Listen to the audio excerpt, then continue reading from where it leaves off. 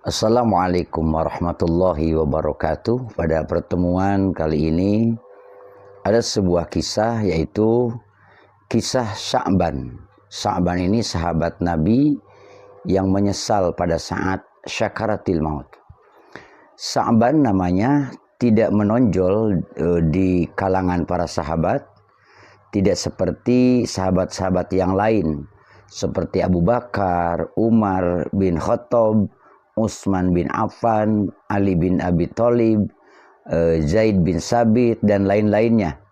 Sya'ban ini tidak terkenal. Sahabat Sya'ban memiliki kebiasaan yang unik yang selalu beliau jalani sepanjang hidupnya.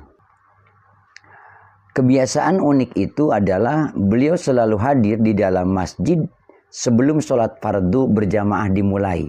Jadi sudah duduk, Sya'ban hadir di dalam masjid. Sya'ban selalu duduk di sudut masjid sambil beriktikaf. Alasan ia memilih sudut ruang masjid bukan supaya mudah untuk tidur sambil senderan, tidak demikian, tetapi agar tidak mengganggu kepada jamaah lain yang ingin beribadah di masjid itu. Nah, suatu ketika Sya'ban tidak ada di posisi tempat ia yang biasa beriktikaf. Rasulullah SAW yang hendak memulai sholat subuh berjamaah pun mulai bertanya-tanya, di mana Sya'ban berada? Karena biasanya Rasul ke masjid, Sya'ban sudah ada di situ. Kok Sya'ban tidak biasanya ini, tidak hadir? Nah, namun para sahabat tidak ada seorang pun yang melihat Sya'ban yang menyebabkan salat jamaah pun ditunda pada waktu itu. Karena Sya'ban belum hadir.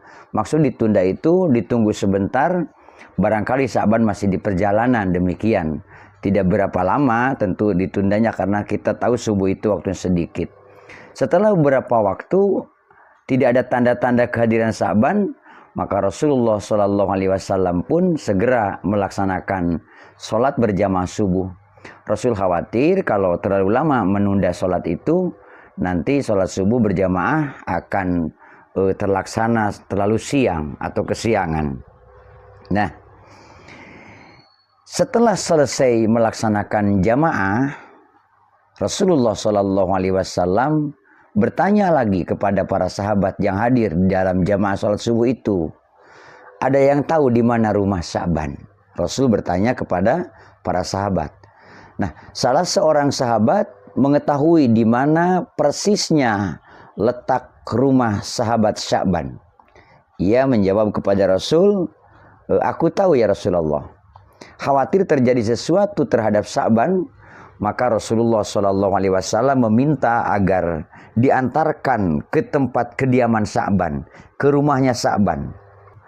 Dengan segera rombongan Rasulullah SAW bersama para sahabat pergi untuk datang ke rumahnya Sya'ban.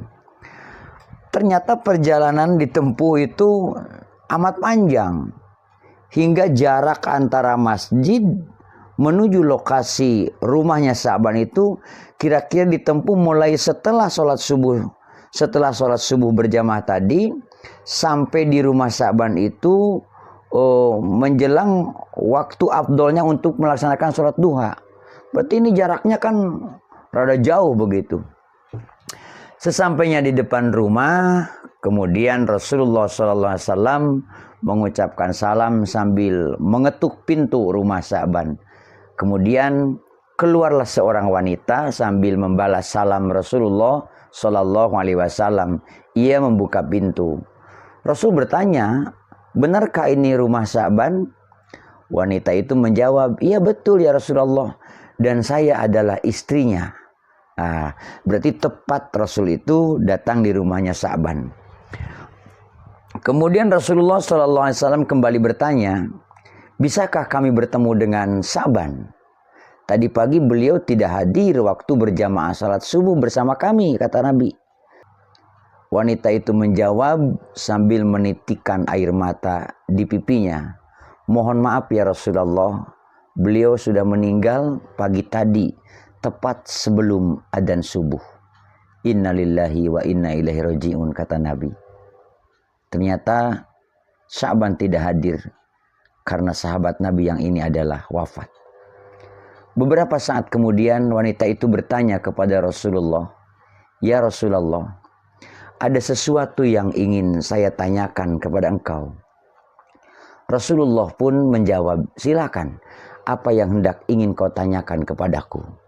Tentu yang namanya Rasul, siapapun yang bertanya dipersilahkan dan tidak sulit untuk menjawab kepada umatnya, karena Rasul sangat mencintai umatnya.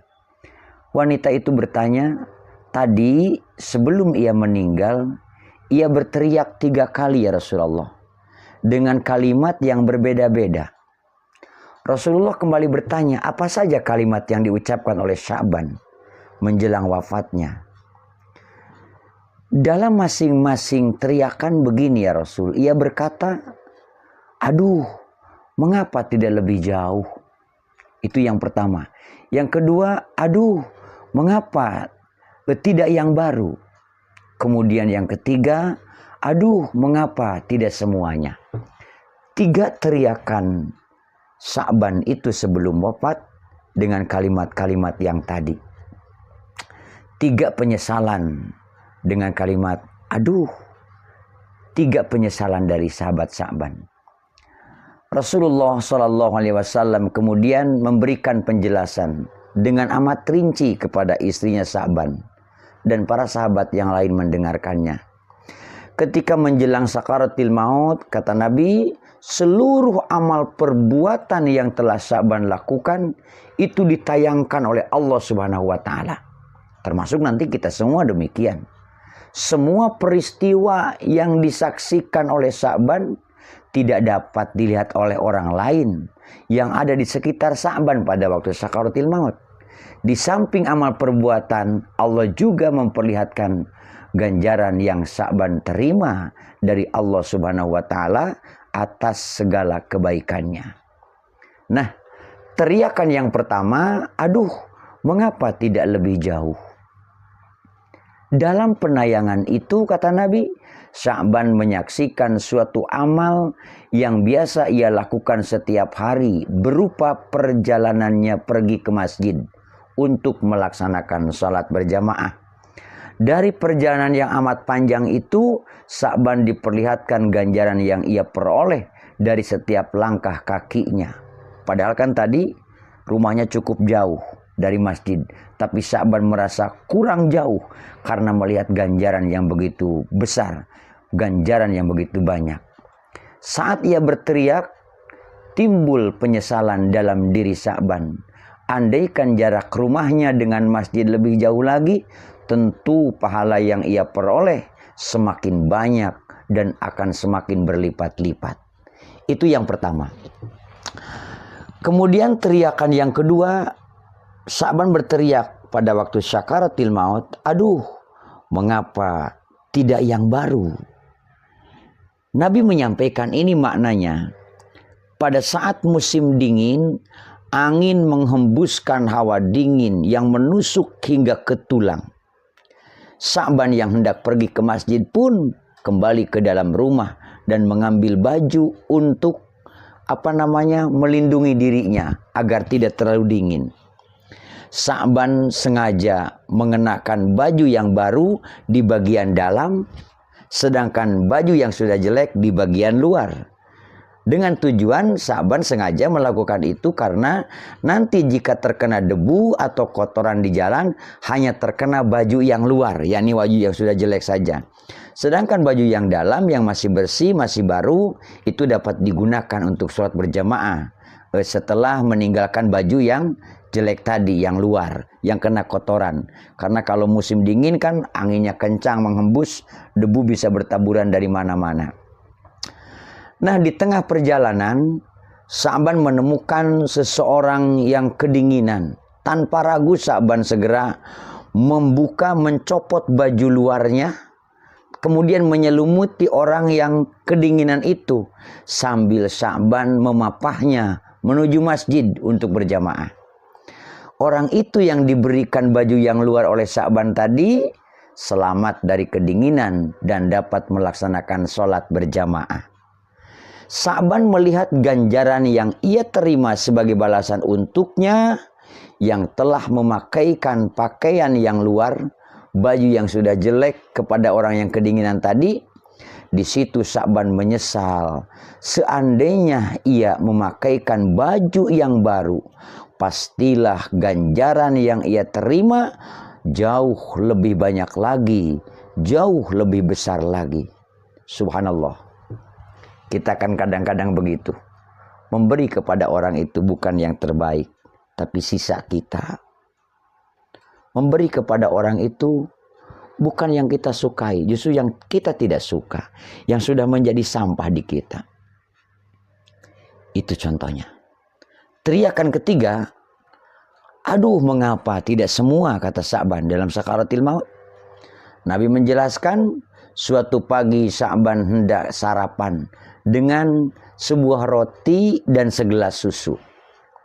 Roti itu dikonsumsi dengan dicelupkan terlebih dahulu ke dalam susu hangat sebelum disantap. Ya sebagaimana kita-kita lah. Kalau lagi ngopi dengan roti celupin kan lebih gampang, lebih enak.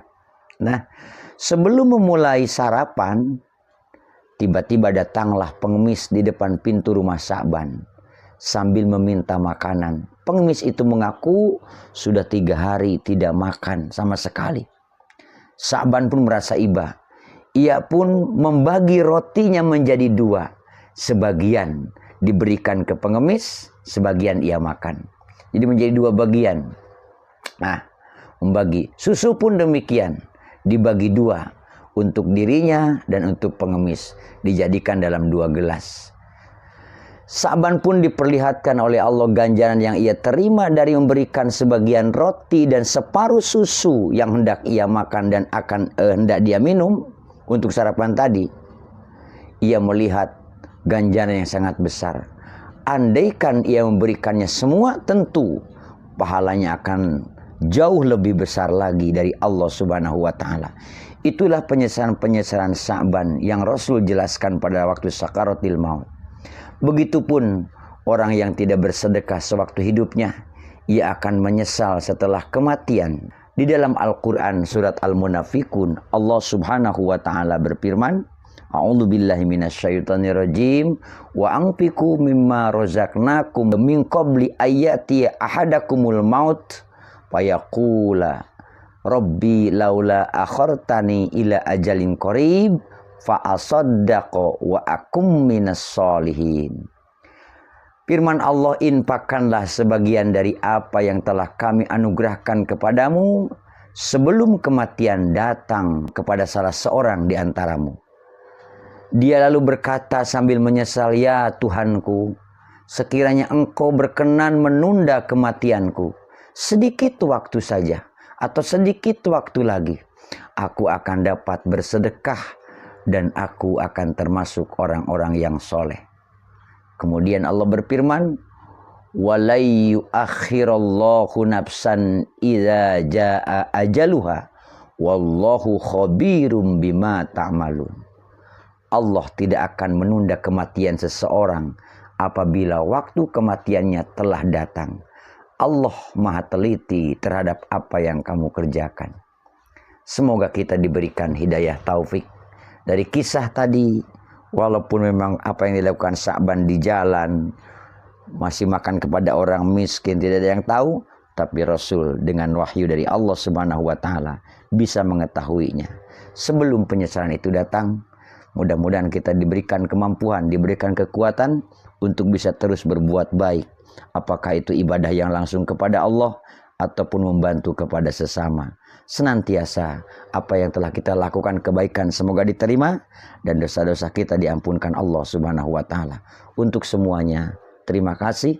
Wassalamualaikum warahmatullahi wabarakatuh.